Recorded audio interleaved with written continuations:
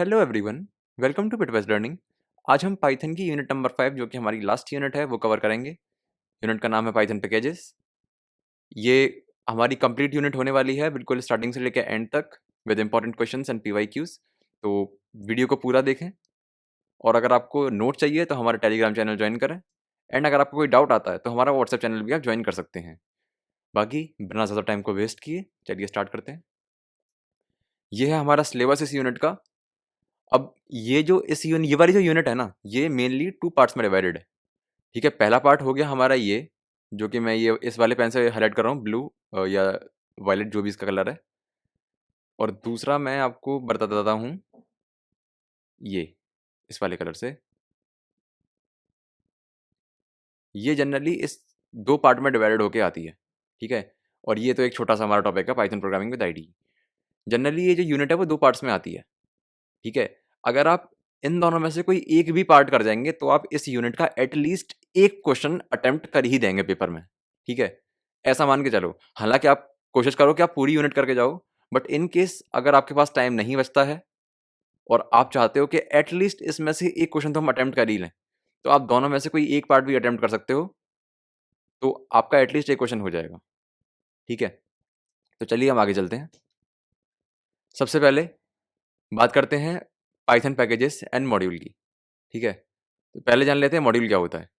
A single file containing Python code, function, class, variable ending in .py.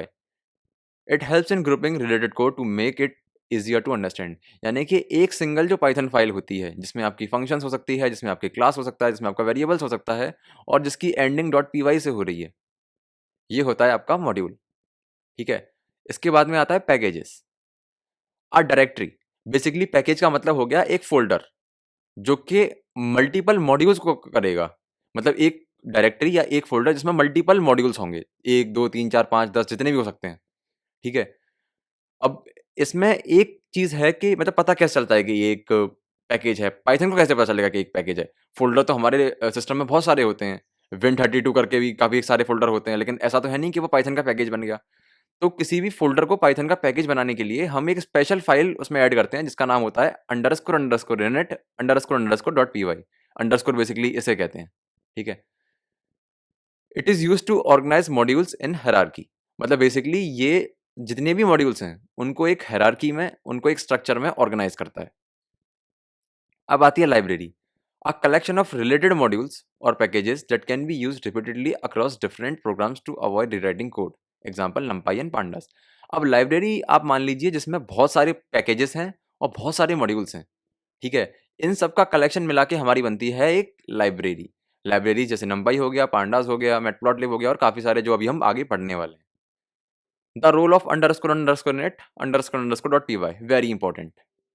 ये question काफ़ी बार पूछा जाता है कि इस तरह से आ जाता है कि किसी भी फ़ोल्डर जो है हमारा, उसको पाइथन कैसे पैकेज समझेगा या फिर __net इसका मतलब क्या होता है, ठीक है? किसी भी तरह से क्वेश्चन आ सकता है। तो it tells the Python interpreter that the folder is a package. यानी कि ये जो फ़ाइल होती है, अच्छा, ये जो फ़ाइल होती है ये खाली रहती है, इसमें आपको कोई भी कोड नहीं लिखना होता। बस जो इसका नेम होता है ना, नेम बता देता है कि ये जो फ़ाइल है, इसका मतलब है कि जो करंट जो फ़ोल्डर जिसमें बनी हुई है, वो एक पैकेज है। इसमें अंदर कोई भी कोड लिखने की हमें ज़रूरत नहीं पड़ती, बस इसके नाम से समझ में आ जाता है कि ये एक पैकेज है, ठीक है? It tells the Python interpreter that the folder is a package.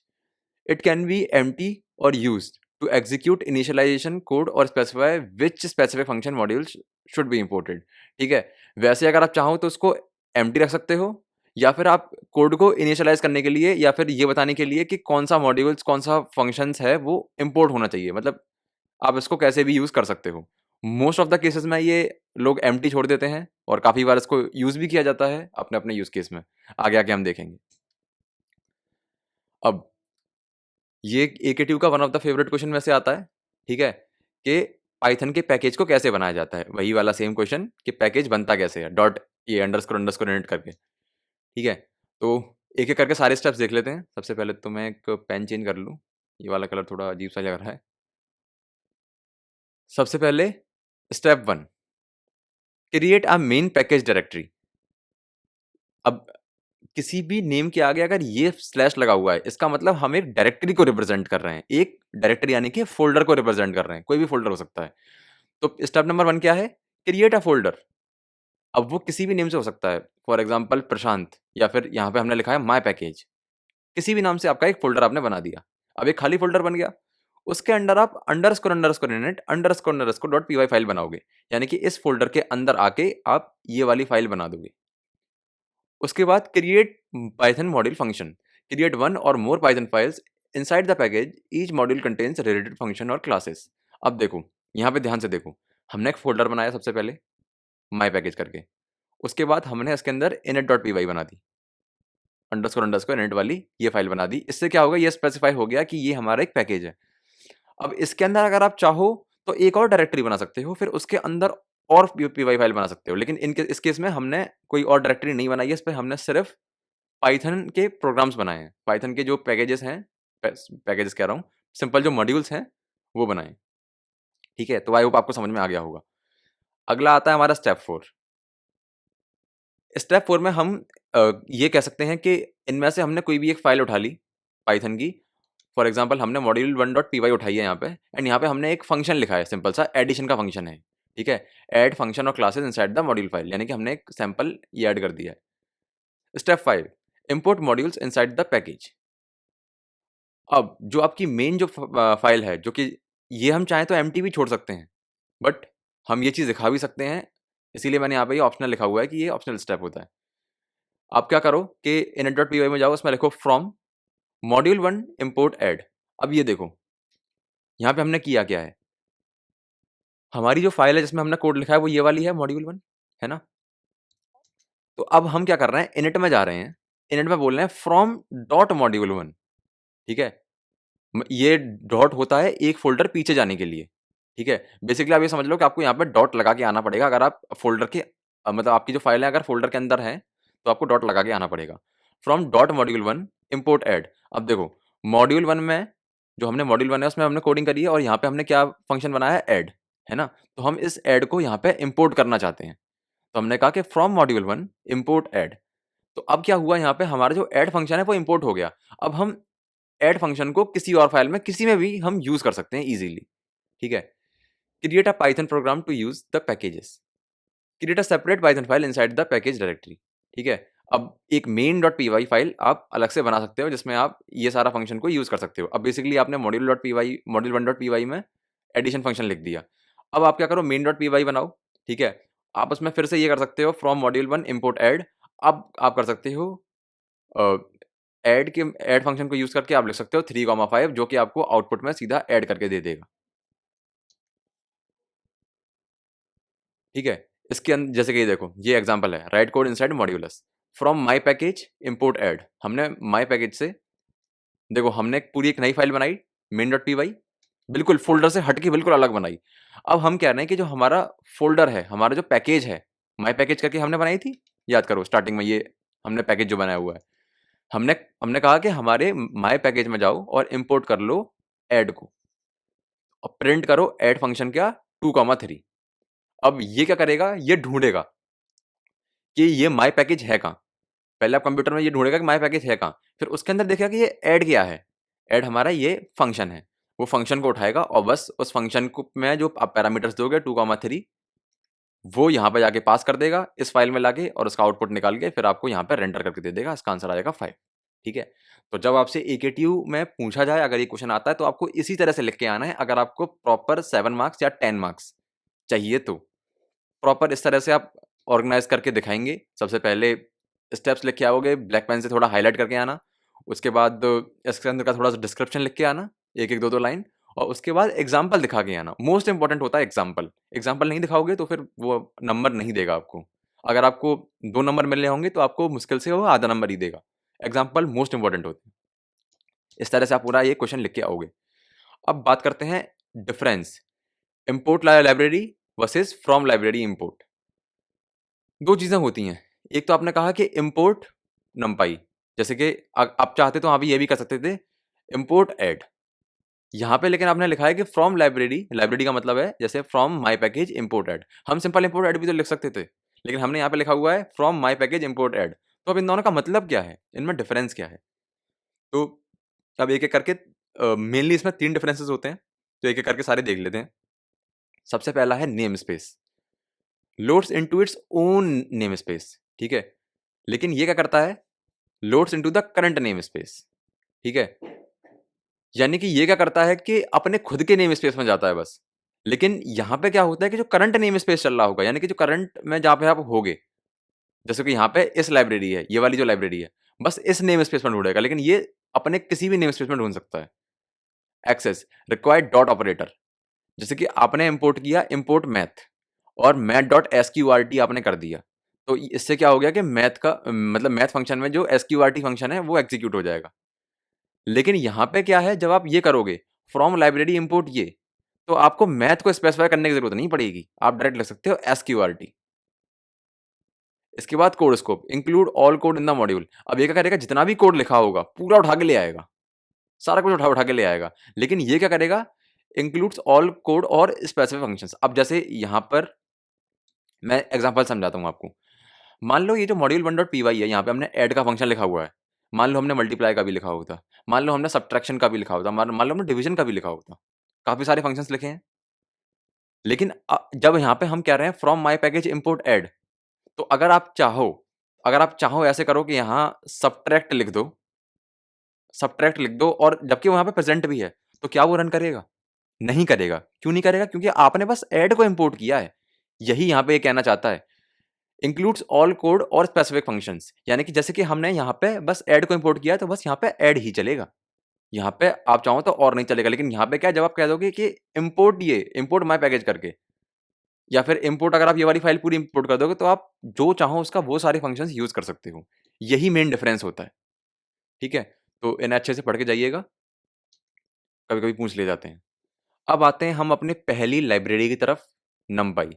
बहुत इंपॉर्टेंट है, क्वेश्चन जनरली आ जाता है। जैसे मैंने बताया कि ये पार्ट 1 है, जो मैंने स्टार्टिंग में बताया था ना कंटेंट में, कि 2 पार्ट में डिवाइडेड होते हैं, तो ये पार्ट 1 है। तो जस्ट इन केस अगर आप ऐसा सोच रहे हो कि आपको बस एक ये वाला पार्ट करना है, तो नंपाई, पांडास, मैटप्लॉटलिब आप तीनों करके जाना, ठीक है। अब नंपाई, नंपाई होता है न्यूमेरिकल पाइथन। यानी कि यहाँ पे क्या होता है कि जितनी भी साइंटिफिक कंप्यूटिंग होती है, जितना भी मैथमेटिक्स वाला पार्ट होता है, ये हम नंपाई से करते हैं। नंपाई बहुत फेमस लाइब्रेरी है, a package for scientific computing that supports large multi dimensional arrays and matrices. Basically क्या होता है कि इसका जो डेटा टाइप होता है, ये होता है एरेज, और ये हमारा डील करता है एरेज एंड मैट्रिसेस में। अब नंपाई काफी हद तक लिस्ट जैसा लगता है, तो अब यहाँ पे हम बात करेंगे कि वाई नंपाई ओवर लिस्ट। हम लिस्ट क्यों ना यूज करें, हम नंपाई क्यों यूज करें। NumPy array stores data in contiguous memory locations, making them much faster and more memory efficient than standard Python list. Basically ये इसमें क्या होता है कि कंटीजियस मेमोरी लोकेशंस होती हैं, यानी कि बिल्कुल कंटिन्यूअस फॉर्म में वो डेटा को स्टोर कर रहा होता है, जिससे क्या होता है, काफी फास्ट हो जाता है। लिस्ट मतलब कंटिन्यूअस डेटा को स्टोर नहीं कर रही होती है, लिस्ट कहीं भी रैंडमली डेटा को एलोकेट कर रही होती है, जहां से जगह मिल जाती है। लेकिन नंपाई कंटीजियस फॉर्म में स्टोर करता है, जिससे क्या होता है कि स्पीड काफी फास्ट हो जाती है, एंड काफ़ी सारी मेमोरी जो होती है वो काफ़ी एफिशिएंट हो जाती है। क्योंकि जब हम बड़ी-बड़ी कोडिंग कर रहे हैं, बहुत सारी कैलकुलेशंस कर रहे हैं, वहाँ पे हमें अपनी मेमोरी एफिशिएंसी भी देखनी है। ऐसा नहीं है कि आप ऐसे millions and trillions of the calculation कर रहे हो, पता चले आपकी रैम ही कम पड़ जाए, है ना? हमें ये भी देखना होता है। टाइम एंड स्पेस कॉम्प्लेक्सिटी बहुत बहुत इंपॉर्टेंट होती है। Key object, the primary object in is the ND array, ठीक है? ये याद रखना, जो प्राइमरी ऑब्जेक्ट होता है हमारे नंपाई का, वो होता है एनडी अरे, या फिर आप कह सकते हो कि जो डेटा टाइप होता है हमारा, या डेटा स्ट्रक्चर होता है हमारे नंपाई का, वो होता है एनडी अरे। एनडी अरे यानी कि एन डायमेंशनल अरे। Essential नंपाई functions. अब देखो, यहाँ पे मैंने एनपी इसीलिए लिखा हुआ है क्योंकि कभी-कभी हम इंपोर्ट ऐसे भी करते हैं, इंपोर्ट नंपाई एज़ एनपी। अब एज़ एनपी करने का फ़ायदा क्या हुआ कि आपको बार-बार नंपाई डॉट अरे, नंपाई डॉट 0, नंपाई डॉट 1 पूरा नहीं लिखना पड़ रहा। आप बस एज़ एनपी, यानी कि अब आप एनपी करके वो हम नंपाई को एकदम वो दे देते हैं, एलियास दे देते हैं, ठीक है? तो अब देखो, सबसे पहला आता है np.array, creates a basic array from a list और टपल।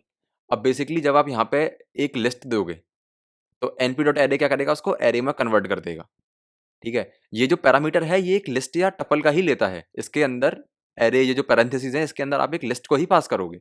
लेकिन डॉट array करने से क्या होगा कि एक लिस्ट में कन्वर्ट हो जाएगा, एक बेसिक array में कन्वर्ट हो जाएगा, सॉरी, ठीक है? अगला है हमारा np.zeros, creates a array filled with zeros। एक एरे बना देगा जिसमें बस ज़ीरोज़ होंगे, ठीक है? np.ones, जैसा का नाम बोल रहा है कि creates a array that fills with 1। np.arrange creates a range of a number.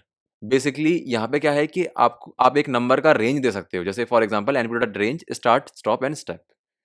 आपको 1 से लेकर 10 तक के एक एरे चाहिए, तो वही आप स्टार्ट कर सकते हो 1 से, स्टॉप करते हो और फिर स्टेप भी दे सकते हो, जैसे हम फॉर लूप में करते थे ना, वही सेम। फिफ्थ है हमारा np.linspace। अब ये क्या करता है, creates evenly spaced value between two numbers. यानी कि ये क्या करता है कि दो जो नंबर्स हैं उसके बीच में बिल्कुल इवन वैल्यूज दे देता है। मतलब दोनों के बीच में जो डिफरेंस होगा वो बराबर का होगा, ऐसा एक एरे बना के दे देता है। अब ये एक इंपॉर्टेंट प्रोग्राम्स हैं, ये करने से आपको थोड़ा सा जो कॉन्सेप्ट है वो समझ में आ जाएगा। Create and manipulate 2D array. एक 2 डायमेंशनल एरे है। एरे काफ़ी सारे डायमेंशन के होते हैं, जैसे आपने फर्स्ट ईयर में पढ़ा होगा ना, फर्स्ट सेमेस्टर में मैथमेटिक्स में आपका मैट्रिक्स आता है ना? तो 2 dimensional matrix, 3 dimensional matrix, 4 dimensional matrix, ये कुछ-कुछ वैसा ही है। अब देखो, इनपुट नंपाई एज़ एनपी, जो मैंने यहाँ आपको बताया था कि मैंने नंपाई को एज़ एनपी किया है। ये अब नंपाई को इम्पोर्ट करेगा, लेकिन अब मुझे हर जगह नंपाई नहीं लिखना पड़ेगा। मैं एनपी लिख के अपना काम चला सकता हूँ। Importing नंपाई as NP. अगला है create a 2x3 matrix with 4 bits integer. मैंने कमेंट्स भी डाले हुए हैं ताकि आपको पढ़ने में थोड़ा ईज़ी पड़ जाए, ताकि आपको कन्फ्यूजन ना हो। ये बता रहा है कि ये क्या कर रहा है कि क्रिएट अ 2x3 की matrix with 4 bit integer. D type, D type होता है कि इसका जो डेटा टाइप है वो क्या है। अब जनरली मैं आपको बता दूं कि इसमें जो डेटा टाइप होते हैं वो int32, int64 इस तरह के होते हैं, जो कि आपको इतनी ज़्यादा वरी करने की ज़रूरत नहीं है, वो इतना इन डेप्थ नहीं पूछा जाता। बट जस्ट आपकी नॉलेज के लिए मैंने बता दिया है कि इसमें जो डेटा टाइप होते हैं वो काफ़ी सारे होते हैं। int32, int64 और इस तरह के int8 भी होता है। आप चाहो तो उसका पैरामीटर अलग से दे सकते हो, आप चाहो तो उसका पैरामीटर ना भी दो, ये ऑप्शनल होता है। आपके मार्क्स नहीं कटेंगे। मैं कोड में दिखाता हूँ आपको। Matrix is equal to NP dot array. अब देखो ध्यान से देखो, पैरेंथेसिस आया एक, है ना? इसके अंदर होंगे सारे ऑपरेशंस। अब देखो मैं एक सबसे पहले लिस्ट दूंगा। सबसे पहले एक बिग ब्रैकेट लगाए, उसके अंदर दो बिग ब्रैकेट लगे हैं और ये दो दो का कॉम्बिनेशन है, एक दो, और इसको इंक्लोज किया गया है पूरे एक बिग ब्रैकेट में, और ये फिर इनक्लोज्ड है पैरेंथेसिस से। ये इंपॉर्टेंट है क्योंकि कभी कभी क्या होता है कि अगर आप ये ढंग से ब्रैकेट्स लगा के नहीं आओगे तो आपको दिक्कत हो जाएगी। ठीक है, तो अब देखो np डॉट एरे 31 से लेकर 33 और फिर यहाँ पे 34 से लेकर 36। इसका जो डी टाइप है वो int32 है। अगेन आप चाहो तो इस पार्ट को स्किप भी कर सकते हो, कोई ज़रूरत नहीं है इसकी। इतना ही लिख के आओ, बट अगेन अगर आप ऐसे लिख के आओगे तो थोड़ा सा एग्जामिनर को इंप्रेसिव लगता है। अब ये देखो, इससे क्या होगा कि हमारी ये बन के आ जाएगी 37 एंड 38। ठीक है, प्रिंट शेप। अब शेप से क्या होता है कि अ, ये इस शेप जो होता है ये बताता है आपकी जो आपकी मैट्रिक्स बनने वाली है उसकी शेप क्या होगी, उसमें रोज एंड कॉलम्स कितने होंगे। ठीक है, अब जब हम प्रिंट शेप करेंगे और मैट्रिक्स डॉट शेप करेंगे तो उसका आउटपुट आएगा 2,3, बिकॉज हमने 2,3 की ही मैट्रिक्स बनाई है। तो 24 एंड 26 यहाँ पे आ गया। प्रिंट टोटल एलिमेंट्स, यानी टोटल एलिमेंट्स कितने हैं, तो मैट्रिक्स डॉट साइज करके मैट्रिक्स डॉट शेप हो गया, मैट्रिक्स डॉट साइज हो गया, मैट्रिक्स डॉट डी टाइप हो गया, जो कि हमने बनाया था इन 32, है ना? और क्रिएट, अब देखो आप चाहो तो इससे मीन भी कैलकुलेट कर सकते हो, मीन मीडियन मोड भी कैलकुलेट कर सकते हो, NP dot mean of matrix. तो ये आपने इसको इसका मीन दे दिया, लाके एवरेज दे दिया। ठीक है, तो इस तरह से नंपाई को हम काफ़ी सारे एडवांस कैलकुलेशंस के लिए यूज़ करते हैं। ठीक है, आप चाहो तो अपने मैट्रिक्स का साइज़ दे सकते हो, और कोई भी जितनी भी मैट्रिक्स की कैलकुलेशन होती है आप कुछ भी कर सकते हो। अगला आता है हमारा पांडास। ये यूज़ होता है डेटा मैनिपुलेशन के लिए। ये डिफरेंस याद रखना, नंपाई होता है हमारा कैलकुलेशंस के लिए, पांडास होता है हमारा डेटा मैनिपुलेशन के लिए। अगर आप में से कोई डेटा साइंस की तरफ या डेटा एनालिटिक्स की तरफ जाना चाहता है, ये एक बहुत इंपॉर्टेंट मॉड्यूल है पाइथन का, जो कि आपको सीखना ही पड़ेगा। बिल्ट ऑन नंपाई, ये नंपाई पे ही बना है। अच्छा एक और बात, जो हमारा नंपाई है ना, वो डायरेक्टली पाइथन पे नहीं बना हुआ है, इट इज़ मेड इन सी। इसीलिए उसकी जो स्पीड होती है वो काफ़ी फास्टर होती है। ये एक काफ़ी इंपॉर्टेंट पॉइंट है जो कि आप कहीं ऐड कर सकते हो जब आपको लगे कि आपके पास पॉइंट्स कम है। तो आप लिख सकते हो कि numpy is build on C not in Python. ठीक है, अब ये जो पांडास है ये numpy के ऊपर बना हुआ है। It is use for tabular data analysis, यानी कि जो टेबल फॉर्म में डेटा होता है, टेबुलर डेटा यानी कि जो टेबल फॉर्म में होता है, रोज एंड कॉलम्स के फॉर्म में, जैसे जैसे आप एमएस एक्सेल में देखते होगे ना, एक्सेल फाइल्स हो गई, CSV फाइल्स हो गई, है ना? तो जो टेबुलर डेटा होता है, वहाँ पे हम इसको यूज़ करते हैं पांडास को। अब पांडास के 2 टाइप्स होते हैं। पांडास के अंदर आप 2 तरह से कर सकते हो। सबसे पहला होता है सीरीज़, दूसरा होता है डेटा फ्रेम। इसको याद रखना, पहला होता है सीरीज़। सीरीज़ में क्या होता है कि 1D लेवल्ड अरे होते हैं, यानी कि सिंगल जो like a single column in a Excel, यानी कि जो एक एक्सेल शीट आपने देखी है ना, उसमें क्या होता है कि इस तरह से होते हैं। तो अगर आपको मतलब बिल्कुल एक लैडर टाइप टाइप से होते हैं, ऐसे करके, तो ये हो गया हमारा series. Data frame are 2D labeled data structures like a table with rows and columns. Single जब कॉलम होगा तो इट इज सीरीज, जब 2D लेवल डेटा स्ट्रक्चर होगा जिसमें टेबल्स, रोज एंड कॉलम्स दोनों आ गए, तो वो हो जाएगा हमारा डेटा फ्रेम। ठीक है, सिंपल। अब वही कोर फंक्शंस हम देख लेते हैं, कुछ फंक्शंस जो कि हमारे पंडास के हैं। Read CSV। अब देखो आपके पास कोई CSV फाइल है, CSV फाइल अगर इनकेस आपको नहीं पता मैं बता दूं, एक्सेल जैसी ही होती है, उसमें भी टेबल्स होती हैं, रोज एंड कॉलम्स होते हैं, उसमें भी एक्सेल जैसी ही मान लो। तो पांडास में एक बिल्ट इन फंक्शन होता है रीड्स अंडरस्कोर CSV करके। अब यहाँ पे इसके अंदर आप कोई भी CSV फाइल दे सकते हो। वो हम पहले पढ़ा था ना हमने 4th यूनिट में, फाइल रीडिंग एंड राइटिंग, है ना?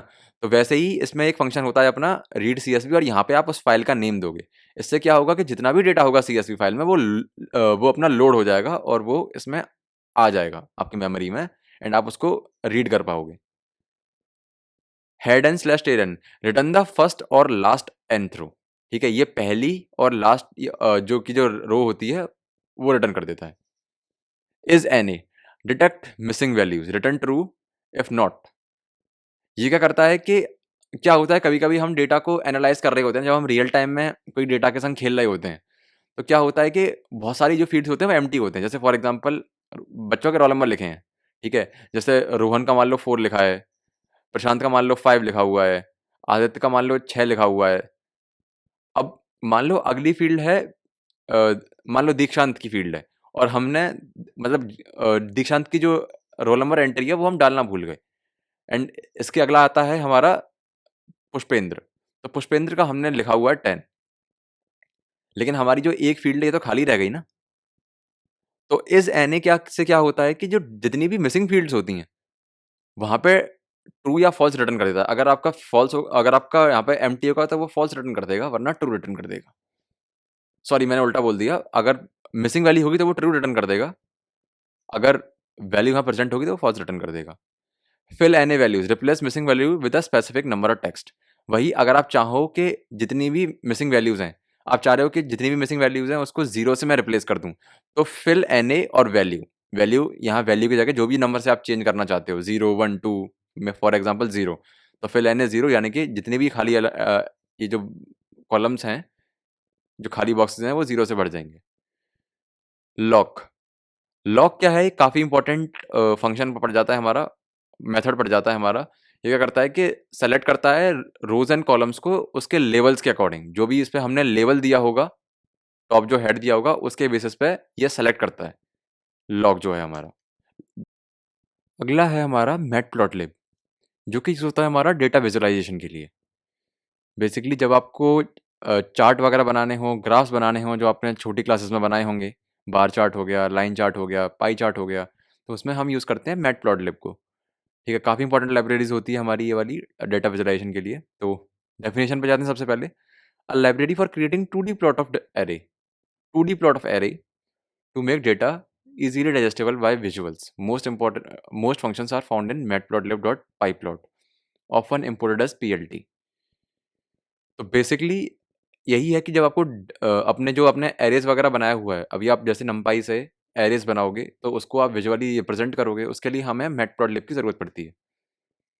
अब वही common plot types to mention in exam. ठीक है, सबसे पहला है हमारा लाइन प्लॉट या फिर लाइन चार्ट, कुछ भी बोल सकते हो, डिस्प्लेस ट्रेंड ओवर टाइम।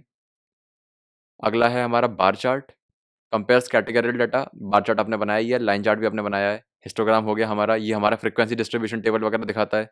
ठीक है, एक आता है हमारा स्कैटर प्लॉट।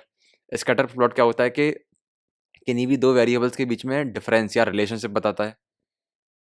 उसके बाद में आता है हमारा पाई चार्ट। पाई चार्ट क्या होता है कि आपको याद होगा कि आप एक सर्कुलर सा गोला होता है और उसमें काफ़ी सारे हमने टाइप्स बांटे होते हैं कि इतना पाई होता है ना कि 50% हो गया ये, 21% ये, 30% ये। एक एक रफ पाई चार्ट, मतलब एक एग्जांपल दे दिया आपको, मेरी ड्राइंग पे मत जाना। अब ये एक सैंपल प्रोग्राम हो गया हमारा। इसमें हमने क्या किया है, इम्पोर्ट matplotlib.pyplot। बेसिकली मैं आपको यहाँ पे एक चीज़ बताना भूल गया। matplotlib.pyplot में हमारे मोस्ट फंक्शंस प्रेजेंट होते हैं जो कि हमारे काम के होते हैं। इसीलिए जब भी हम करेंगे तो हम करेंगे इम्पोर्ट matplotlib.pyplot एज plt। ठीक है, इस चीज़ को थोड़ा याद रखना। इम्पोर्ट द pyplot सब मॉड्यूल। अब देखो, हमने क्या किया, x और y दो दिए हुए हैं। अब सबसे पहले हमने क्या किया, plt.plot x, y, मार्कर ओ कलर ब्लू। वैसे ये ऑप्शनल हो गया, मार्कर ओ कलर ब्लू वगैरह ये सब लगाना। बेसिकली ये क्या करेगा, क्रिएट कर देगा प्लॉट को। मैंने आपको पिछली वीडियो में बताया था कि आप कहाँ पे ये सारे जो कोड हैं वो ट्राई कर सकते हैं। अगर आपको नहीं पता हो, मैं एक बार इस वीडियो में फिर से बता दूंगा, जो लोग ने पिछली वाली वीडियो नहीं देखी है। तो ये कोड आप वहाँ पे रन करके रियल टाइम में देख सकते हैं, ताकि आपको अच्छी अंडरस्टैंडिंग मिल जाए। तो plt.plot करोगे और x, y हम पैरामीटर्स दे रहे हैं। अगर आप चाहो तो ये ऑप्शनल है, आप चाहो तो उसको ना देना, कलर ब्लू और वाइट ये सब की ज़रूरत नहीं पड़ेगी। बट हाँ, अगर आप ये सब दे के आते हो तो अगेन एक अच्छा इंप्रेशन पड़ता है। क्रिएट करेगा प्लॉट को विद मार्कर 69 से लेकर 71 तक। ठीक है, plt.title यानी कि जो हमारा टाइटल होने वाला है, टाइटल ये दे दो। यानी कि जो भी हमारा ग्राफ बनेगा, जो होता था ना आपको याद हो कि एक हमने ग्राफ बना दिया, यहाँ पे एक उसका टाइटल होता था, यहाँ पे उसके बार्स आ गए सारे, ये टाइटल हो गया। अब plt.x लेबल मंथ्स। अब जैसे कि ये हमारा x एक्सिस होता है, ये हमारा y एक्सिस हो गया। अब जैसे कि यहाँ पे x का लेवल कह रहा है कि मंथ्स को लेवल कर दो, तो x पे यहाँ पे नीचे आ जाएगा मंथ्स, यहाँ पे आ गया हमारा मंथ। और y पे हमारा आ जाएगा सेल्स इन यूएस डॉलर, यहाँ पे लिख जाएगा sales in USD. plt.show, but basically यहाँ पे लास्ट में आपको करना है plt.show। इस पे क्या होगा कि इसके बाद आपका जो ग्राफ होगा वो विजुअल हो जाएगा, यहाँ पे आपको देखने लगेगा। आप इस चीज़ को रन करके देख सकते हो अपने पाइथन में, और आपको बेटर अंडरस्टैंडिंग मिल जाएगी जब आप इसको रन करके खुद से देखोगे तो। अब देखो, यहाँ पे आके हमारा पार्ट 1 खत्म हो जाता है। यहाँ पे हमने आके अपने तीनों मॉड्यूल्स देख लिए हैं, numpy, pandas, मैटप्लॉटलिब। अगर आप इन तीनों को अच्छे से पढ़ जाते हो और इसके जो सैंपल क्वेश्चंस हैं वो कर जाते हो, वैसे हमारी अगली वीडियो जो है पाइथन की वो इसी पे आने वाली है। जो मोस्ट इंपॉर्टेंट क्वेश्चंस हैं जो एग्जाम में आने वाले हैं उसी के ऊपर बनाई है। तो 1-2 दिन में वो आ जाएगी, तो स्टे ट्यून फॉर इट। और वो हम उसमें जो मोस्टली जो क्वेश्चंस हैं जो कि पेपर में आते हैं, हम उन्हें कवर करेंगे। तो वही है कि अगर आप इन तीनों के most of the sample questions कर जाएँगे, तो आप एग्ज़ाम में अच्छे मार्क्स ला पाएँगे। अगला है हमारा जीयूआई प्रोग्रामिंग विद टीके इंटर। अब यहाँ से हमारा स्टार्ट हो गया दूसरा पार्ट, जहाँ पे हम जीयूआई की प्रोग्रामिंग करेंगे, यानी कि ग्राफिकल यूज़र इंटरफेस बनाएँगे। अब तक हम क्या कर रहे थे कि कमांड लाइन इंटरफेस से खेल रहे थे। अब हम विजुअली जो दिखने में अच्छे होते हैं, जो कि एक एप्लीकेशन जैसे लगते हैं, वो बनाएँगे। सबसे पहले जीयूआई का मतलब होता है ग्राफिकल यूज़र इंटरफेस। ठीक है, graphical user interface allows user to interact with buttons and windows. ठीक है, pretty much simple. Tkinter Python की एक स्टैंडर्ड और काफ़ी फास्ट और सबसे ईज़ीएस्ट लाइब्रेरी है जब हम जीयूआई एप्लीकेशंस बनाना चाहें तो। अब देखो, इसमें क्या होता है, मेनली 3 फंक्शन होते हैं। 3 geometry managers pack, organise widgets in blocks, simplest but less control. दूसरा होता है हमारा ग्रिड, ऑर्गेनाइज विजेट इन टेबल लाइक स्ट्रक्चर, यानी कि रोज एंड कॉलम्स, यानी कि एक जो पूरी स्क्रीन है उसको रो एंड कॉलम्स में डिवाइड कर देता है। और अगर आपने सीएसएस पढ़ी है तो उसमें आपने पढ़ा होगा ना, ग्रिड करके एक चीज़ होती है, ग्रिड एंड फ्लेक्स बॉक्स करके। जब हम अपने, अगर आप नहीं पढ़ा तो दैट्स फाइन, बट जिन्होंने पढ़ा है उनके लिए बता रहा हूँ। ग्रिड एंड फ्लेक्स बॉक्स करके चीज़ होती है जिससे हम पूरे स्क्रीन पे आइटम को ऑर्गेनाइज करते हैं। तो एक ग्रिड कुछ वैसा ही है। Place, place visits at specific X and Y coordinate. अब अगर आप बताओगे कि पूरे स्क्रीन के कौन से कोऑर्डिनेट पे अगर आपको ये वाली चीज़ प्लेस करनी है, तो ये आपका प्लेस फंक्शन आपको यहाँ पे यूज़ होता है। ये 3 मेनली फंक्शंस होते हैं जहाँ पे आप जो पोजीशन है, अपने जो प्रोग्राम की पोजीशन है वो बता सकते हो। अगला आता है हमारे कुछ कॉमन विजेट्स, जैसे लेबल हो गया टू डिस्प्ले अ टेक्स्ट और इमेज ऑन द स्क्रीन। एक हो गया आपका बटन, जो नॉर्मल जो बटन्स वगैरह होते हैं, बटन जैसे कि ये सारे जो हैं ये सब बटन्स ही तो हैं, है ना? तो ये सारे अ क्लिकेबल विजेट दैट ट्रिगर्स एन इवेंट, जो कि कोई भी इवेंट या फंक्शन को ट्रिगर कर देता है। Entry a single line text box, basically कोई भी इनपुट बॉक्स हो सकता है। जब आप इनपुट लेते हो, एक बड़ा सा डायलॉग बॉक्स आ जाएगा वाइट कलर का, इसमें आप इनपुट दे सकते हो। और last but not least, main loop, a infinite loop that infinite loops that keeps the window visible on the screen. एक इनफाइनाइट लूप होगा जो कि हमारे जो विंडो होगी उसको विजिबल रखेगा स्क्रीन पर। बेसिकली जैसे ही वो लूप एंड हो जाएगा, जो हमारी जीयूआई है वो दिखना बंद हो जाएगी। एक इनफाइनाइट लूप चलता रहेगा। उस इनफाइनाइट लूप का मतलब क्या है कि जो डिस्प्ले है उसको शो करते रहो, जो प्रोग्राम हमने बनाया उसको शो करते रहो। जैसे ही वो लूप एंड होगा, आपकी जीयूआई स्क्रीन एंड हो जाएगी। अब देखो, अब हम कुछ प्रोग्राम्स देख लेते हैं। सबसे पहला है एक सिंपल कैलकुलेटर प्रोग्राम। ये पीवाईक्यू है हमारा एकेटीयू का। काफ़ी बार पूछा जाता है कि टीके इंटर को यूज़ करके एक कैलकुलेटर बनाओ। हमने इंपोर्ट किया टीके इंटर को एसटीके। अब हमने एक फंक्शन बनाया ऐड का, result dot set float dot E L dot get plus float E two dot get. यानी कि अब हम क्या कह रहे हैं कि रिजल्ट को सेट कर दो। कैसे कि सबसे पहले एक फ्लोट का इनपुट लेते हैं, हम इंटीजर नहीं ले रहे, हम यहाँ फ्लोट ले रहे हैं। और इसको हम गेट इवन हमारा हो गया, जहाँ से हम एंट्री लेने हैं, जैसे कि ये हो गया E one is equal to T K dot entry. अब बेसिकली हम नॉर्मल ऐसे नहीं कहेंगे कि E one is equal to integer input enter the number, ऐसे नहीं लिखेंगे, क्योंकि अब हमें जीयूआई बनानी है। तो हमारे लिए चीज़ें डिफरेंट हो जाएंगी। कैसे डिफरेंट होंगी? सबसे पहले हम बनाएंगे एक रूट। जैसे कि मैंने यहाँ पे देखो, आराम से पढ़ो। मैंने यहाँ पे एक एक करके कमेंट्स भी डाले हैं। सबसे पहले हमें बनानी है एक मेन विंडो। मेन विंडो कैसे बनेगी?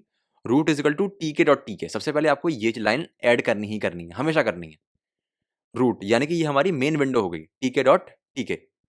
इससे हमारी एक विंडो बन गई, इससे हमारा एक बेस बन गया। अब उस रूट का हमें टाइटल भी देना है, तो रूट और टाइटल हो गया एकेटीयू कैल्क, या फिर एकेटीयू कैलकुलेटर। आप कुछ भी टाइटल दे सकते हो स्ट्रिंग में। इससे उस जो विंडो है उसको एक टाइटल मिल गया। अब हमें बनाने हैं वेरिएबल्स। अब देखो हम यहाँ वेरिएबल कैसे बनाएंगे।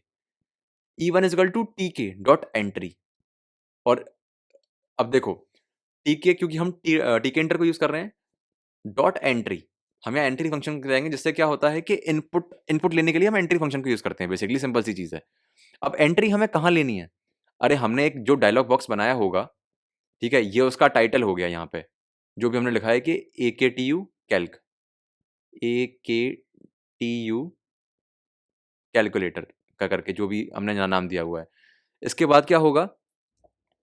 टीके जो है वो एंट्री लेगा किसकी? इसी इसी विंडो पे तो लेगा, कहीं बाहर तो लेगा नहीं एंट्री। तो हम इनपुट में देंगे रूट को।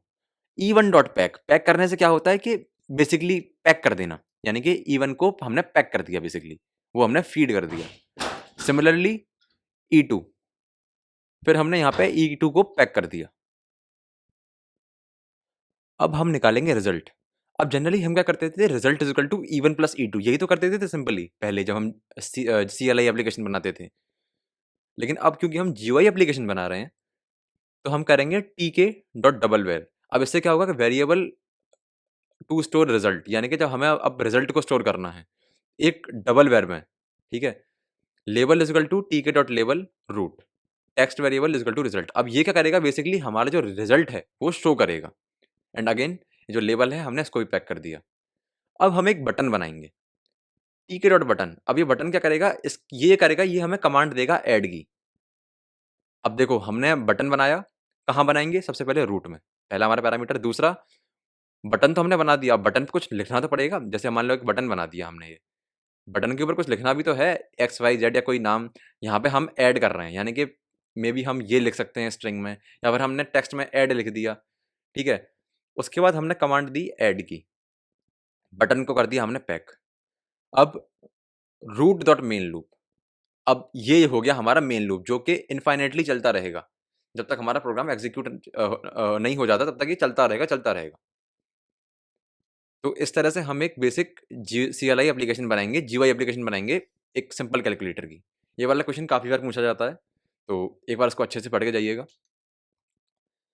अगला है write a NumPy program to create a 2D array of size 2x3 using 4 bit integer, also printed shape size and data type. ये वाला क्वेश्चन काफ़ी बार आता है, एंड ये वही सेम क्वेश्चन है जो मैंने आपको अभी पहले करवाया भी था। आप एक बार इसको फिर से पढ़ पढ़ लीजिए। मैंने पहले जब आपको नंबाई पढ़ा था, तब ये क्वेश्चन मैंने पढ़ाया था, ठीक है। ये सारे जितने भी क्वेश्चंस हैं इनको अच्छे से करके जाइएगा, क्योंकि जनरली ये ही क्वेश्चंस होते हैं जो काफ़ी बार रिपीटेडली पूछे जाते हैं। अब creates a pandas data frame from a dictionary, demonstrate how to select specific rows and columns from it. सारे पीवाईक्यूज हैं ये। सबसे पहले हमने क्या किया कि इंपोर्ट किया पांडास को एसपीडी, हमने डिक्शनरी बनाई, जैसा कि कह रहा है कि हमें डिक्शनरी से डेटा फ्रेम में कन्वर्ट करना है, तो हमने डिक्शनरी बना दी एक। df is equal to pandas dot data frame, ठीक है, दो फंक्शंस होते हैं, सीरीज और डेटा फ्रेम। हम यहाँ पर डेटा फ्रेम दे रहे हैं, डेटा फ्रेम इनपुट में हमने दे दिया ये डेटा। अब इससे क्या होगा कि हमारा जो डिक्शनरी है वो टेबल में कन्वर्ट हो गई।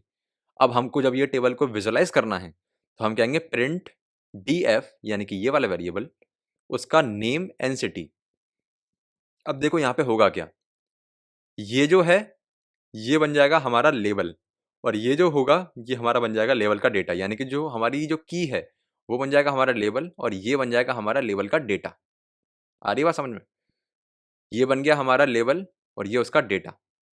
तो बस बेसिकली अब हम क्या कर रहे हैं, क्योंकि नेम और सिटी और एज ये हो गया हमारा लेवल, तो अब हम कह रहे हैं प्रिंट डीएफ, यानी कि इसका डेटा फ्रेम प्रिंट कर दो सिटीज का एंड नेम का। तो अब बस तुम्हें जो नेम है अमित, बीना और चित्रा, और यहाँ पे सिटी लखनऊ, कानपुर एंड नोएडा, ये तीनों प्रिंट होके मिल जाएंगे। अगला है select specific rows and columns from it. दूसरा आता है row selection using I loc. Column selection तो हो गया हमारा, अब हम करेंगे row selection. Print first row data, यानी कि पहले रो का डेटा, तो हम सिंपली करेंगे print df dot lock. Print df dot lock हो गया हमारा। इससे क्या होगा कि हमें सिंपली हमारा रो सेलेक्ट हो जाएगा। Write a Matplotlib program to plot a simple line graph with appropriate label and markers. Again थोड़ा बहुत चेंज होता है क्वेश्चन में, लेकिन अगर आप इतना कर लेते हो तो आपको कहीं ना कहीं एक विजन क्लियर हो जाएगा कि हाँ मुझे क्वेश्चन को अटेम्प्ट कैसे करना है। ठीक है, तो देखो यहाँ पे हमने दिया एक एरे का एक्स एक्सिस डेटा दे दिया, वाई एक्सिस डेटा दे दिया, T dot plot X comma Y. Again हमने मार्कर, कलर और इन सबको आप स्किप कर सकते हो, आपकी इच्छा है। ठीक है, marker O at circle at the data point, B sets line to blue. ठीक है, समझ में आ रहा होगा आपको क्या काम होता है इनका। बाकी आप पी डॉट टाइटल, टाइटल दे सकते हो, फिर एक्स का लेबल, फिर वाई का लेबल, फिर आपने ग्रिड दे दिया। जे इससे क्या होता है कि बैकग्राउंड में जैसे होता है ना, ऐसे करके ये हमारा ग्राफ हो गया, तो यहाँ पे इस तरह से ग्रिड बनी होती हैं। तो जब आपको एक ग्रिड देनी हो तो आप इस पर ट्रू कर सकते हो, तो इससे क्या होगा कि बैकग्राउंड जो ग्रिड है वो इनेबल हो जाएंगी, और बस आप लास्ट में शो कर दो तो ये शो हो जाता है। Construct a functional simple calculator application using टीके इंटर लाइब्रेरी।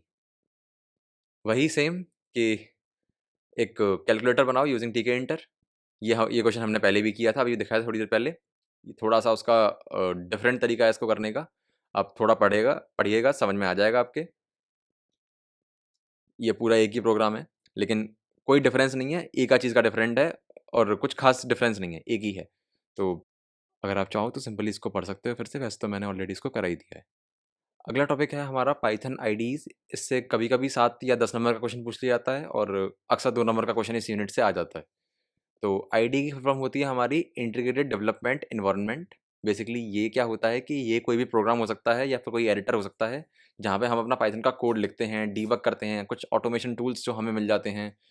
ठीक है, और जो हमारा पॉपुलर एग्जांपल्स हैं जो कि सबसे ज़्यादा यूज़ होते हैं, जिसमें नंबर 1 में हमारा आता है पाइचार्म, जहाँ पे अभी प्रोफेशनल कोडिंग होती है वहाँ पे पाइचार्म बहुत यूज़ होता है। ये बहुत पावरफुल है, इंटेलिजेंट कोड एडिटर है, और मेनली ये पाइथन के लिए ही बना है। दूसरा है हमारा वीएस कोड, इसे भी बहुत सारे लोग यूज़ करते हैं। इसको खुद माइक्रोसॉफ्ट ने बनाया है, काफ़ी लाइट वेट है, ओपन सोर्स है, और काफ़ी सारी इसमें एक्सटेंशंस आपको मिल जाती हैं, और शायद आपने यूज़ भी किया होगा ये वाला। फिर आपकी स्पाइडर आती है, ये भी ओपन सोर्स आईडी ही है एक। अगेन काफ़ी बार इसको साइंटिफिक कंप्यूटेशन में यूज़ किया जाता है। जुपिटर नोटबुक, ये बहुत डेटा साइंटिस्ट्स के लिए और डेटा विजुअलाइजेशन वगैरह इन सब चीज़ों के लिए बहुत इंपॉर्टेंट है, क्योंकि यहाँ पे क्या होता है कि आपको रियल टाइम में अपना कोड दिख जाता है। काफ़ी सारे आपको ब्लॉक्स मिल जाते हैं जहाँ पे आप अपना कोड रन करके उनका रियल टाइम में आउटपुट देख सकते हो।